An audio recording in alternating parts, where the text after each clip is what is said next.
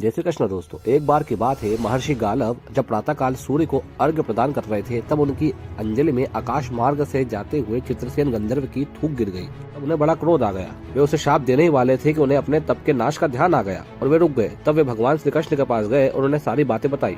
अब भगवान श्री कृष्ण तो ब्राह्मण देव थे। उन्होंने मुनि को वचन दे दिया कि मैं 24 घंटे के भीतर चित्रसेन का वध कर दूंगा। अब मुनि वापस श्री कृष्ण के यहाँ से लौट रहे थे, तब उन्हें नारद जी मिल गए। नारद जी ने उनसे कहा, आप तो हमेशा प्रसन्न रहते हैं, आपके दर्शन से लोग विषाद मुक्त हो जाते हैं, पर आप आज कुछ क्रोध में दिख रहे हैं। तब गालव मुनि ने चित्रसेन से लेकर भगवान की प्रतिज्ञा तक की पूरी बात नारद जी को सुना दी।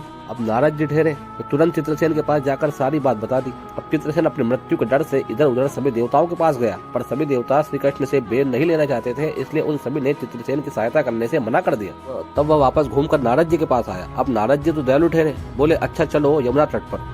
वहाँ जाकर एक स्थान को दिखलाकर कहा कि आज आधी रात को यहाँ एक स्त्री आएगी और उनके सामने तुम जोर जोर से रोना, और जब तक वह स्त्री तुम्हें बचा लेने की प्रतिज्ञा न कर ले तब तक तुम अपने कष्ट का कारण भूलकर भी मत बताना। अब नारद जी भी विचित्र ठहरे। एक और तो चित्रसेन को समझाकर भेज दिया और अब खुद सुभद्रा के पास आ गए और उनसे कहा, सुभद्रा आज का पर्व बड़ा ही महत्वपूर्ण है। आज आधी रात को यमुना में स्नान करके किसी भी दीन की रक्षा करने से अक्षय की प्राप्ति होगी। अब जब सुभद्रा एक सखियों के साथ स्नान करने यमुना गई, तब उन्होंने वहां चित्रसेन के रोने की आवाज सुनी। तब सुभद्रा को नारद जी की बात याद आ गई और वो यमुना में स्नान करके उस गंधर्व की मदद करने चली गई। उन्होंने जाकर उससे पूछा कि बताओ, तुम्हारा सारा कष्ट मैं दूर कर दूंगी। तब चित्रसेन कुछ नहीं बोला। तब सुभद्रा ने बार बार पूछा, पर उसे भी नारद जी की बात याद थी, इसलिए वह भी कुछ नहीं बता रहा था। चित्रसेन ने सुभद्रा से कहा कि आप मुझे बचाने की प्रतिज्ञा करें, तभी मैं आपको मेरा कष्ट बताऊंगा। तब सुभद्रा ने प्रतिज्ञा कर ली। फिर चित्रसेन ने उन्हें सारी बात बताई। अब सुभद्रा वचन देकर फंस गई। अब उन्हें लगा कि मैं श्री कृष्ण से इसकी रक्षा कैसे करूंगी। तब वह तुरंत चित्रसेन को लेकर अर्जुन के पास चले गई और अर्जुन को सारी बात बताई। तब अर्जुन ने कहा कि कोई बात नहीं, मैं तुम्हारी प्रतिज्ञा की रक्षा करने की प्रतिज्ञा करता हूँ। अब नारद जी तुरंत श्री कृष्ण के पास पहुंच गए और अर्जुन की प्रतिज्ञा के बारे में सारी बात उनको बता दी। तब श्री कृष्ण ने नारद जी से बोला कि एक बार अर्जुन को मेरी तरफ से समझाओ कि तुम हमारे बीच में ना आओ।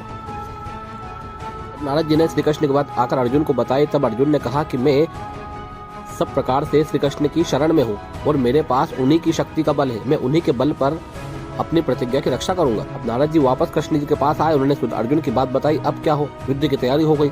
सभी यादव और पांडव रण क्षेत्र में पूरी सेना के साथ आमने सामने हो गए। बड़ा भीषण युद्ध हुआ, बड़ी घमासान लड़ाई हुई, पर कोई निष्कर्ष नहीं निकला। तब भगवान श्री कृष्ण ने सुदर्शन चक्र छोड़ा और इधर अर्जुन ने भगवान शंकर का पाशुपतास्त्र छोड़ दिया और प्रलय के लक्षण देखकर भगवान शंकर का स्मरण किया। भगवान शंकर तुरंत प्रकट हो गए। उन्होंने दोनों शस्त्रों को समझाकर वापस करवाया और फिर भगवान श्री कृष्ण के पास पहुंचे और उनसे कहा कि भक्तों की प्रतिज्ञा के आगे अपनी प्रतिज्ञा भूल जाना आपका सहज स्वभाव है प्रभु, और आपने ऐसा एक बार नहीं बल्कि बार बार किया है। अब तो इस लीला को यहीं समाप्त कर दीजिए। अब भगवान श्री कृष्ण भोलेनाथ की बात सुनकर युद्ध से हट गए। उन्होंने युद्ध रोक दिया और अर्जुन को गले लगाकर चित्रसेन को जीवन दान दे दिया। लेकिन जब महर्षि गालव को यह बात पता चली, तब वे क्रोध में आ गए और बोले, मैं अभी अपनी शक्ति से श्री कृष्ण के समेत सुभद्रा, अर्जुन और चित्रसेन को भस्म कर देता हूँ। और ऐसा कहकर जैसे ही उन्होंने शाप देने के लिए हाथ में जल लिया, वैसे ही सुभद्रा बोल उठी कि मैं यदि श्री कृष्ण की भक्त हूँ और अर्जुन के प्रति मेरा पातिव्रत धर्म सत्य है, तो यह जल ऋषि के हाथ से पृथ्वी पर ही न गिरे। और ऐसा ही हुआ, महर्षि गालव के हाथ से जल नहीं गिरा। वे बड़े लज्जित हुए और भगवान श्री कृष्ण को नमस्कार कर अपने स्थान को लौट आए।